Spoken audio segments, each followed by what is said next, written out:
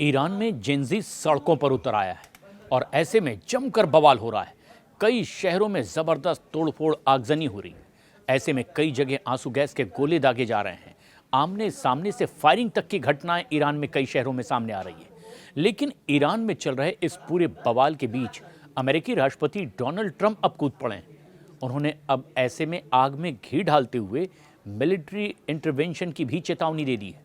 Trump के इस बयान के बाद ईरान के सुरक्षा प्रमुख ने अब एक सीधा सीधा जवाब दे दिया है कि ट्रंप अपनी हद में रहो, और ये सीधी चेतावनी ईरान की अमेरिका को है। उन्होंने कहा है कि अमेरिका को उनका पुराना रेस्क्यू रिकॉर्ड याद रहना चाहिए, जिसकी वजह से दुनिया के सबसे पावरफुल देश को इंटरनेशनल बेइज्जती झेलनी पड़ी थी।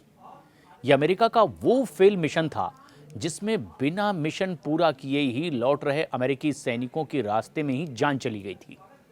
ईरान में ट्रंप के मिलिट्री इंटरवेंशन की चेतावनी के बाद अब अलाकमान के दिलों की धड़कनें भी बढ़ गई है। स्टूडेंट्स, व्यापारियों की गुस्साई भीड़, सुरक्षा बलों ने जबरदस्त इन पर गोलियां चलाकर इन्हें रोकने की कोशिश की और कहा गया कि यह सबसे बड़ी गलती थी। इस शूटआउट के बाद ईरान के सुप्रीम लीडर चारों तरफ से घिरते नजर आ रहे हैं और अब ट्रंप को भी धमकी देने का एक और मौका ईरान को मिल गया। ट्रंप की खुलेआम चेतावनी पर हाल ही में ईरान के सुरक्षा प्रमुख का रिएक्शन भी सामने आया।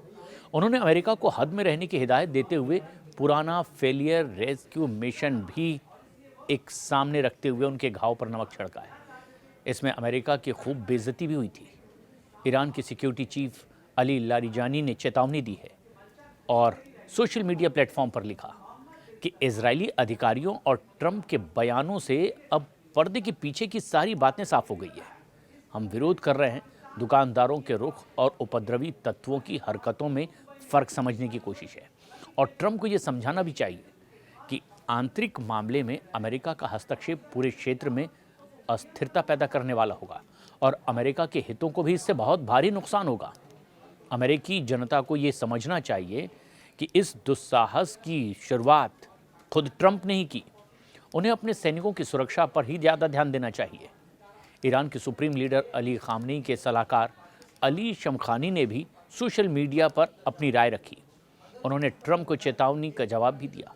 उन्होंने कहा कि ईरानी अमेरिका के रेस्क्यू रिकॉर्ड को बहुत अच्छी तरह से जानते हैं।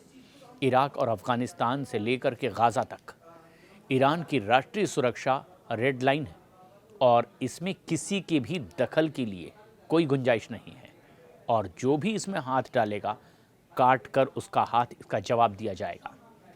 और ये खुलेआम ट्रंप की चेतावनी, लेकिन असली मार वार्निंग नहीं, रेस्क्यू रिकॉर्ड वाली टिप्पणी के जरिए की गई है, जो कि अमेरिका के शर्मनाक और फेल हुए रेस्क्यू मिशन की याद दिलाने वाला कमेंट था।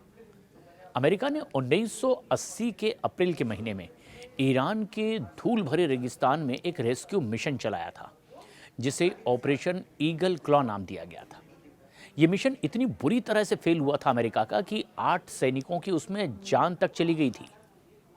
दरअसल इस कहानी की शुरुआत हुई 4 नवंबर 1979 में, जब ईरान में इस्लामी क्रांति धधक रही थी, और उस दौरान अयतुल्ला खुमैनी की अगुवाई में क्रांतिकारियों ने अमेरिकी दूतावास पर जमकर धावा बोला। 52 अमेरिकी राजनयिकों और नागरिकों को वहां बंधक बना लिया गया था, और इस घटना ने पूरी दुनिया को सन्न करके रख दिया। उस वक्त अमेरिकी राष्ट्रपति जिमी कार्टर थे और इनके पास इस संकट को सुलझाने के लिए केवल 2 ही रास्ते थे, कूटनीतिक या फिर बल के जरिए। जब कूटनीति फेल होती दिखी तो फिर कार्टर ने 16 अप्रैल 1980 को एक खुफिया बचाव मिशन की मंजूरी दी और इसे नाम दिया गया ऑपरेशन ईगल क्लॉ। इस मिशन का मकसद था बंधकों को ईरान के कब्जे से सुरक्षित बाहर निकालना, और यह आदेश मिलते ही अमेरिकी नौसेना के विमानवाहक पोत यूएसएस निमित्ज ने 8 RH-53D हेलीकॉप्टरों को लेकर के उड़ान भर ली। जब C-130 परिवहन विमानों को लगभग 200 मील दक्षिण पूर्व में तेहरान से दूर डेजर्ट 1 नाम से एक गुप्त रेगिस्तान ठिकाने पर उतरना था, तो इस प्लान के मुताबिक 8 हेलीकॉप्टर ने अंधेरी रात में उड़ान भरी, लेकिन ईरान का रेगिस्तान उन पर भारी पड़ गया। उड़ान भरते ही कुछ ही समय के बाद एक हेलीकॉप्टर में हाइड्रोलिक समस्या पैदा हो गई। उसे वापस निमित्स लौटना पड़ा। बाकी के हेलीकॉप्टर ईरान के हवाई क्षेत्र में घुसे। उन्हें एक भयंकर धूल भरी आंधी का यानी कि हबूब का सामना करना पड़ा और इस तूफान ने विजिबिलिटी को लगभग खत्म कर दिया। विजिबिलिटी शून्य हो गई। हेलीकॉप्टरों के इंजन फेल होने लगे। एक और हेलीकॉप्टर को तकनीकी खराबी की वजह से बीच रास्ते में ही उतरना पड़ा। डेजर्ट 1 पर पहुंचने से ठीक पहले तीसरे हेलीकॉप्टर में भी पंखे की खराबी आ गई और वो मिशन से पूरी तरह से बाहर हो गया। मिशन कमांडर ने यह देखा कि उनके पास बंधकों को निकालने के लिए आर्मी के पास अब पर्याप्त संसाधन ही नहीं बच रहे। वो तो खुद बुरी तरीके से फंस गए हैं। जिमी कार्टर से सलाह के बाद ऑपरेशन को रद्द करने का फैसला लिया गया, लेकिन त्रासदी उनकी यहीं खत्म नहीं हुई। जैसे ही अमेरिकी बल पीछे हटने की तैयारी कर रहा था, एक हेलीकॉप्टर ने C-130 परिवहन विमान से टक्कर लगा दी और इस भीषण विस्फोट के बाद रात के सन्नाटे को चीरने वाला धमाका हुआ और इस भयानक दुर्घटना में 8 अमेरिकी सैनिकों को जान गंवानी पड़ी।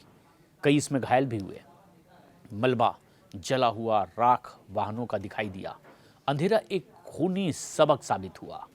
ऑपरेशन ईगल क्लॉ की नाकामी ने अमेरिका के लिए इंटरनेशनल बेइज्जती पैदा कर दी। दुर्घटनाग्रस्त हेलीकॉप्टरों और विमानों का मलबा ईरानी बलों के हाथ लग गया और इसे उन्होंने राष्ट्रीय टेलीविजन पर लहरा लहरा कर पूरी दुनिया को तब दिखाया था। और अब एक बार फिर इसी तरीके के टकराव की स्थिति ईरान और अमेरिका की है। जिस तरीके से कट्टर इस्लाम के खिलाफ वहाँ लोग सड़कों पर उतरे हैं, ख़ासतौर पर जेंजी, समस्याएं कई दूसरी और भी है। सिर्फ कट्टरपंथी नहीं, बल्कि वहाँ की ज़बरदस्त महंगाई, अव्यवस्था और बेरोजगारी के खिलाफ ये जेंजी वहाँ सड़कों पर उग्र प्रदर्शन कर रहे हैं। कई शहर आग में धधकते दिखाई दे रहे हैं ईरान के, और ऐसे में उन्हें रोकने के लिए बल प्रयोग भी ईरान की पुलिस को करना पड़ रहा है। कई जगह गोलीबारी की खबरें आ रही है। कुछ लोगों की इसमें जान भी चली गई है।